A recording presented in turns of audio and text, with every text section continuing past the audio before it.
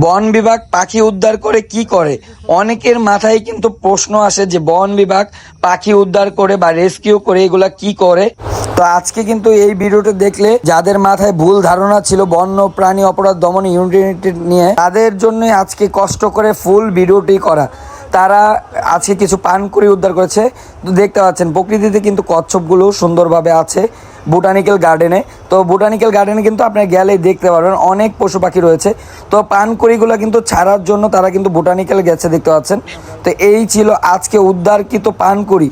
আজকে হাট থেকে কিন্তু এই পানকুড়িগুলো ধরা হয়েছে, দেখতে পাচ্ছেন। তো এইগুলা কিন্তু প্রকৃতিতে অবমুক্ত করতেছে, দেখতে পাচ্ছেন সুন্দর করে। ওনারা কিন্তু বোটানিক্যাল গার্ডেন, যেটা ওদের আবাসস্থলের জন্য প্রযোজ্য বা ওরা এখানে থাকতে পারবে, এই স্থানগুলো নির্ধারণ করে কিন্তু পানকুড়িগুলো ছাড়া হচ্ছে। দেখুন একটা একটা করে ছাড়তেছে বোটানিক্যাল গার্ডেনে, কারণ এখানে কিন্তু আরও পানকুড়ির বাসা আছে। তো আপনারা দেখলে কিন্তু আশেপাশে বুঝতে পারবেন। তো এখানে অনেক পানকুড়ি থাকে, অনেক পশু পাখি বন্য প্রাণী থাকে, অভয়ারণ্য বলা যায় একটা। তো যারা বন্য প্রাণী অপরাধ দমন ইউনিট নিয়ে ভুল ধারণা ছিল, তারা কিন্তু আজকে ভুলটা ভেঙে গেল। তো আজকে এর জন্য কিন্তু আমি সম্পূর্ণ ভিডিওটি দিয়েছি, দেখতে পাচ্ছেন, আপনাদের জন্য ভিডিওটি করা।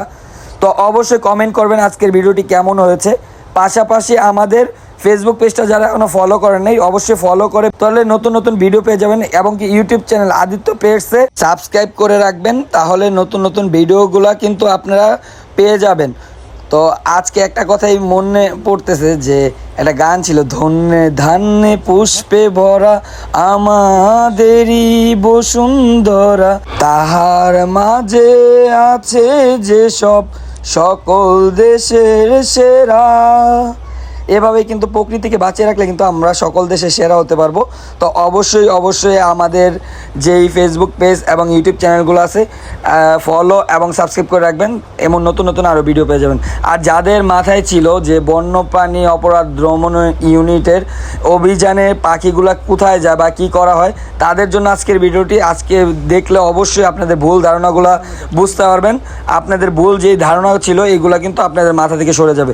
তো বন্যপ্রাণী অপরাধ দমন ইউনিট পাখিগুলো অভিযান করে উদ্ধার করে কিন্তু কখনোই তারা নিয়ে যায় না বা বিক্রি করার উদ্দেশ্য নয়। তারা প্রকৃতিকে রক্ষা করার জন্যই কিন্তু কাজ করে যাচ্ছে। তারা সচেতন আমাদেরকে করে যাচ্ছে যে এই পাখিগুলো ধরা, খাওয়া, মারা নিষিদ্ধ।